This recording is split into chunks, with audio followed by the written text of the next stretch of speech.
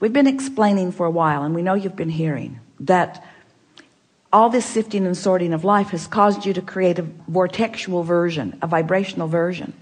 And most of our physical friends, even those who have been listening to us for quite a long time, they really don't accept the realness of this vibrational reality until it manifests. And so we talk to try to help you to sense the vibrational version, to feel the vibrational version. In other words, if we could get you to feel secure even before it manifests, it would manifest faster. Most want it to manifest before they feel secure.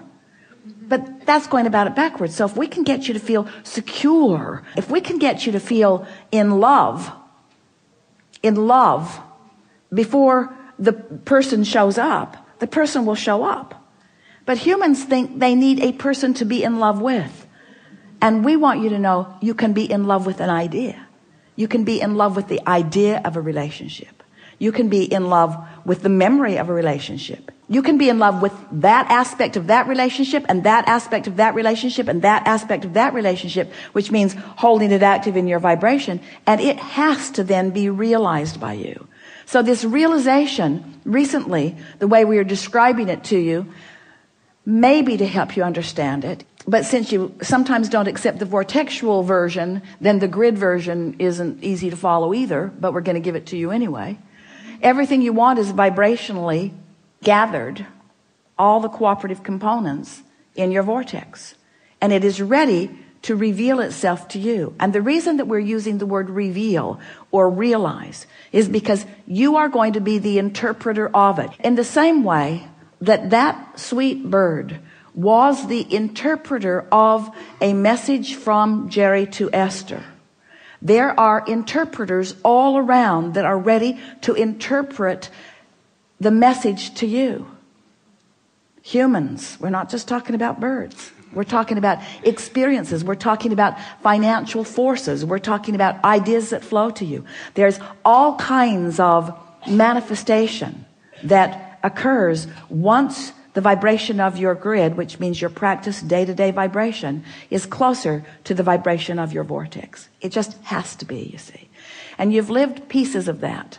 When you finally made the decision that you were going to do something different, that decision was your grid filling in. That was you having asked and asked and asked, getting the vortex going and going and going, and at a moment of little or no resistance, that determination came to you and you knew what you were going to do. Remember how clear you felt? In fact, you're still feeling sort of clear about it because you were wanting to convince us all of that turning point here and now. So turning points, you like the word turning points? Turning points are often the grid filling in with an idea that you are now ready for. It's not that the idea isn't there. It's that you're not ready for the idea. It isn't that you're not ready for the idea because you don't want it, because you do. It's because you're not ready for the idea because you're not a vibrational match to the desire. You're a vibrational match to the absence of the desire. Feel the difference? So you ready yourself for what's in your vortex by feeling better. And you feel better by leaving out the things that don't feel good and focusing on the things that do feel good. So it is this simple. Take the handful of things that feel good and just run them into the ground. Have you ever had a good joke that you just want to tell to everybody? Pretty soon you're repeating it again to the same people. And they're saying, dude, I heard that. I laughed the first 5 times. It's over for me. But you know how fun it is to get hold of something that feels good, that you can delight yourself and others with. Well, this is the same sort of thing. Get a handful of those things that are delightful to you and just play the loop again and again and again and again and again. Let it be your basis of traction. Let something that delights you be the loop that you play that keeps your grid in this high vibration so that what's in your vortex can show up now and now and now and now and now. And do you know what happiness is? Happiness is being in that place where you're the receiver of the right idea at the right time. Happiness is being in that place where something occurs to you at the most opportune moment. Happiness is being at the top of the stairs. You're getting ready to walk down. You don't know it, but your heel is caught in the hem of your pant leg. and you are about to take a header down the stairs. But the broader part of you knows that and gives you the inspiration to take hold of the railing. So when you go to move your foot and can't, you're stable. That's happiness. That's happiness. That's alignment. Happiness is moving in traffic and having an impulse to take this exit for no good reason other than you feel like it, or even taking it even though you didn't really mean to, because you turned your driving over to your higher power for a moment and you missed the traffic jam, or you missed the traffic congestion as a result of an accident. All kinds of things like this are happening to you all day, every day. But when you start deliberately being happy, deliberately beating the drum of things that feel good, deliberately discerning, deliberately molding yourself into better and better feeling places, when you do that deliberately and those things happen, now you have conscious awareness of it. If Esther had not had that conscious conversation with Jerry in the car right before she went to her room, the bird on the porch would have just been a bird on the porch. But it wasn't just a bird on the porch. She would have missed that if she had not been vibrationally up to speed. You see what we're getting at? So much of your world wants to chalk those kinds of rendezvous, coincidences, which is incidences that cooperatively combine. They want to call them coincidences in the attitude of luck or fate or chance. They don't understand that it's cooperative components coming together. In other words, people who are looking at things like that are wanting to call them happenstance, and we want to call them creation. And so when you get clear-minded like you are, and you understand how far you've come, and you have, and you realize how powerful your desire is, and it is, and then you deliberately focus upon the strongest desire that you have, which you spoke when you first sat down here, to be happy, to be happy, to be happy, to be happy. To be happy, meaning to be in alignment, meaning to be in control of my own thoughts, meaning to be in control of my own vibration, meaning to be in vibrational concert with the source within me, meaning to be in vibrational concert with everything that I put into my vortex, meaning right here, right now, being in alignment so that I will be the interpreter, the manifester, the realizer of the best that could happen in this moment. That's happiness. This moment, and this moment, and this moment, and this moment. It's not saving up for a vacation. It's not putting up with all this stuff. It's not going to work all week long doing stuff I don't want to do so that I can get some money, so that I can finally go do something that I do want to do. Because when you get there to do what you do want to do, you're not happy because you haven't been practicing happy at work. You're not going to be happy on that vacation if you're not happy at work while you're earning the money to go on vacation. Are you? Don't you get on vacation and don't you just complain, it's too short? It's too short. I don't get to do this often enough. My flight was delayed. The weather wasn't good. In other words, you can't get there from there. You get to happy from happy. Well, Abraham, that helps a lot. So you're telling me that if I get happy, I'll be happy. Let me write that down. And if I get rich, then I'll be rich. I'll write that down too. We're saying you got to find a little piece of it. You got to fan the flame of it.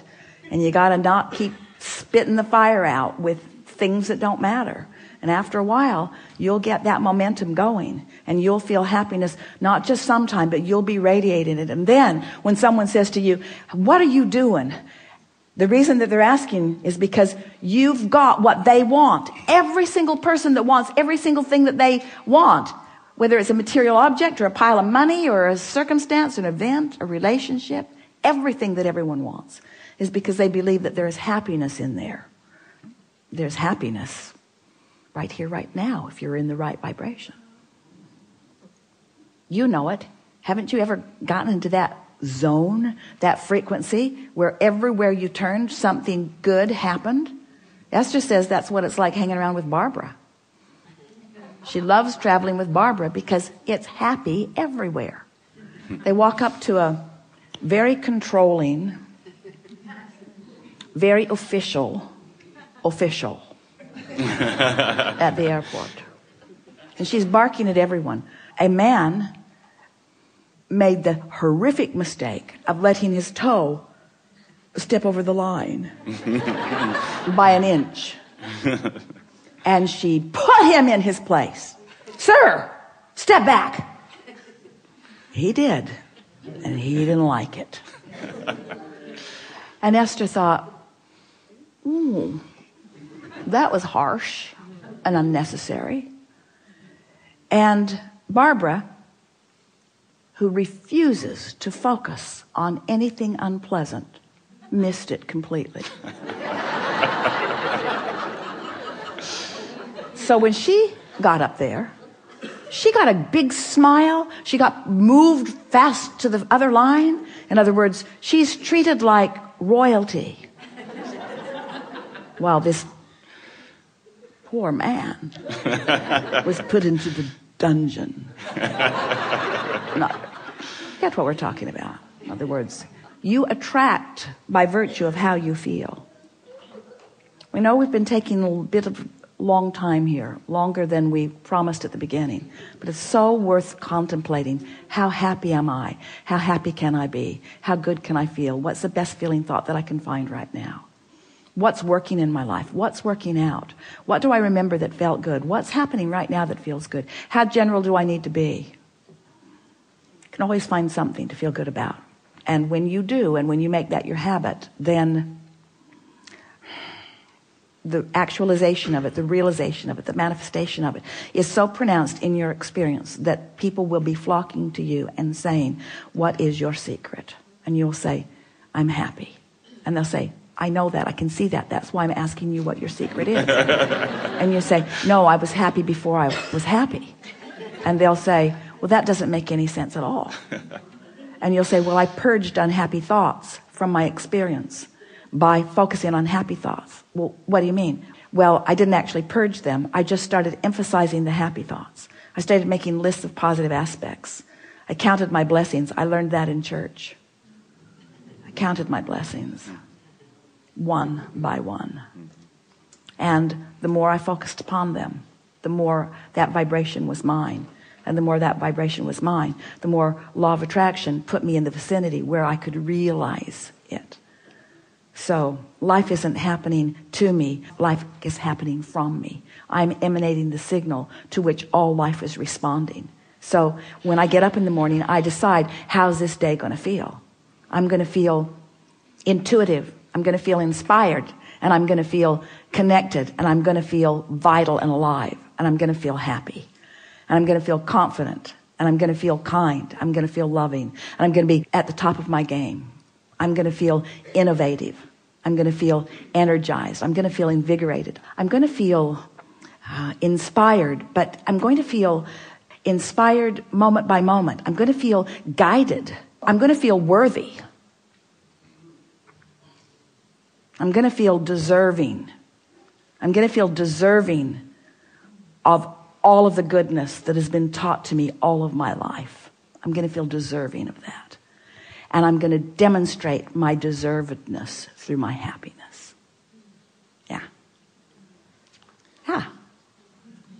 Thank you. Yes, indeed.